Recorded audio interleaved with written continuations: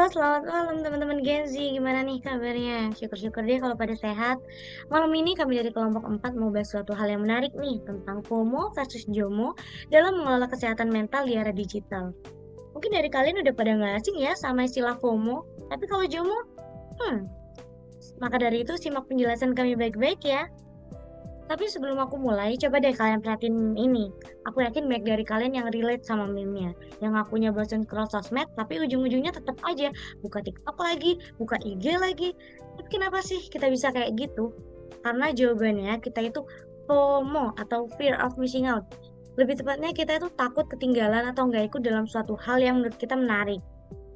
Sebelum aku bahas lebih lanjut, kalian perlu tahu, menurut dari data We Are Social and Hootsuite, lebih dari 79% warga Indonesia menggunakan media sosial dengan rata-rata menghabiskan 3 jam 11 menit tiap harinya untuk bermain media sosial.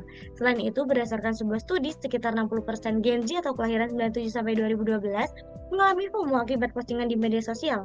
Contohnya aja kalau influencer atau artis yang kita suka lagi pakai suatu produk, kita ngerasa kita harus punya produk yang dipakai sama artis itu.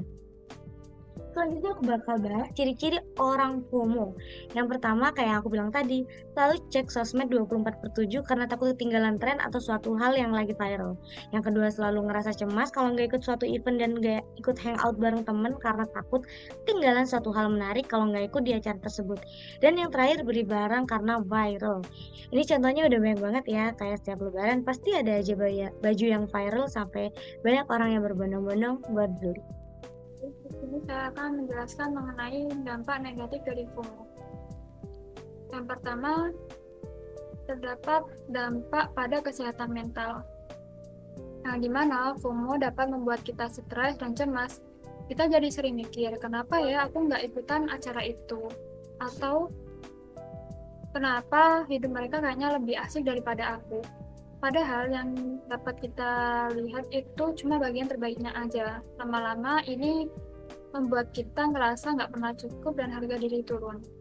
Yang kedua, dampak pada kesehatan fisik. Yang dimana FOMO dapat membuat kita kurang tidur karena kebanyakan main HP sampai malam. Akibatnya besoknya kita bangun jadi lemah dan nggak semangat. Belum lagi kebanyakan screen time bikin kita malas gerak. Jadi jarang olahraga, akhirnya badan jadi gampang capek dan juga nggak fit. Dampak yang ketiga yaitu dampak pada hubungan sosial, yang dimana FOMO dapat merusak hubungan kita sama orang lain. Kita jadi sibuk scrolling media sosial sampai nggak ngobrol sama temen yang ada di depan kita. Atau kita jadi iri lihat temen kita yang lagi hangout tanpa kita. Terus hubungan jadi renggang, padahal yang penting itu kualitas hubungannya, bukan cuma jumlah like atau komentar di postingan kita. Yang keempat yaitu dampak pada produktivitas, yang dimana FOMO dapat membuat produktivitas kita turun.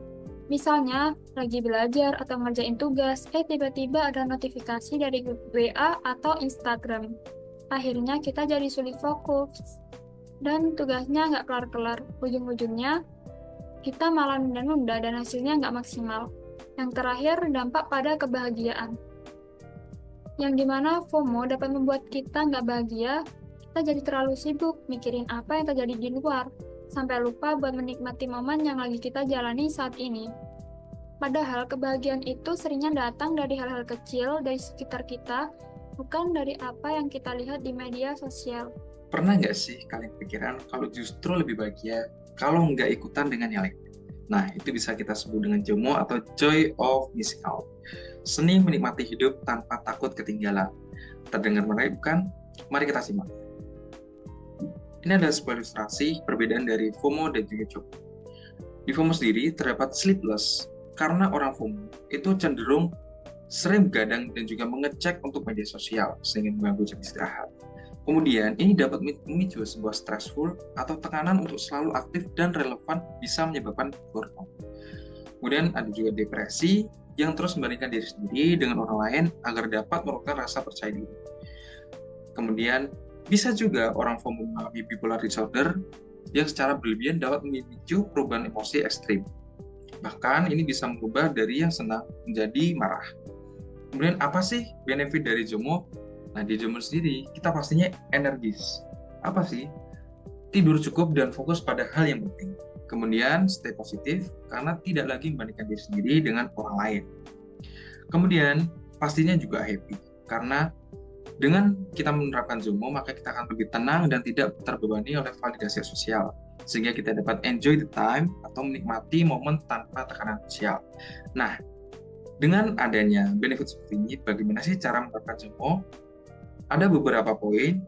Yang pertama, kita membuat sebuah to-do list, di mana kita dapat mencatat aktivitas yang kita nikmati, tempel sebagai pengingat, dan gunakan untuk merencanakan waktu senggang secara seimbang. Kemudian ada juga detox digital. Di sini kita akan mengurangi atau membatasi penggunaan media sosial.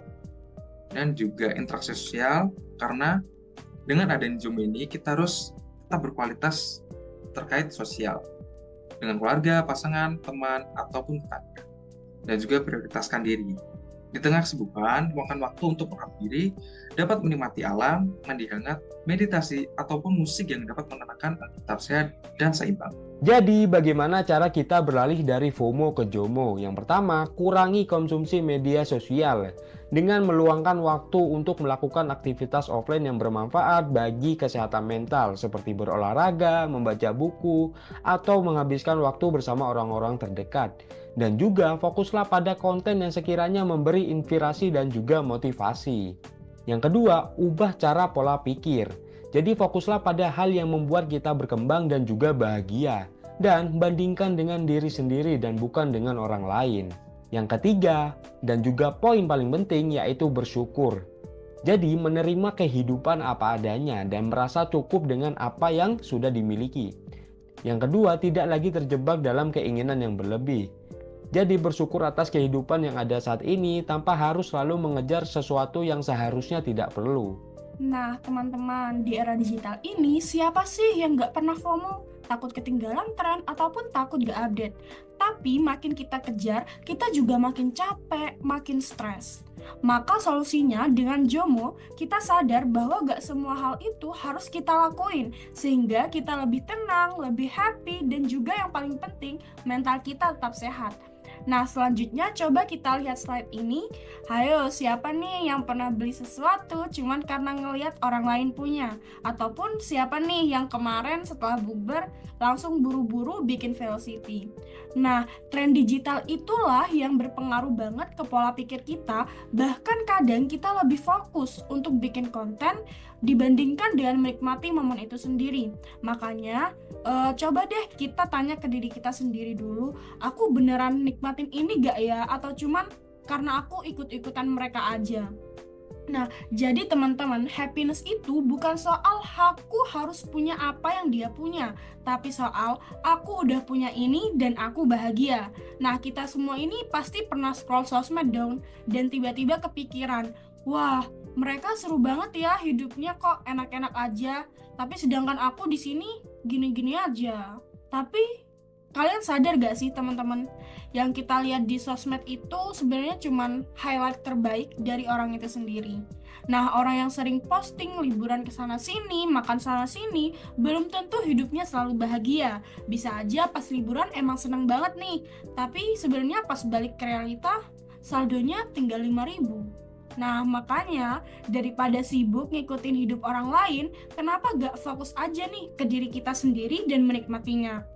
Jadi, mulai sekarang teman-teman, yuk lebih banyak bersyukur, lebih banyak menikmati, dan lebih sedikit overthinking agar kesehatan mental kita juga tetap terjaga. Ingat, jangan sampai kita dikendalikan oleh tekanan sosial. FOMO, nomor. Sekian dari kami, terima kasih atas perhatiannya. Wassalamualaikum warahmatullahi wabarakatuh.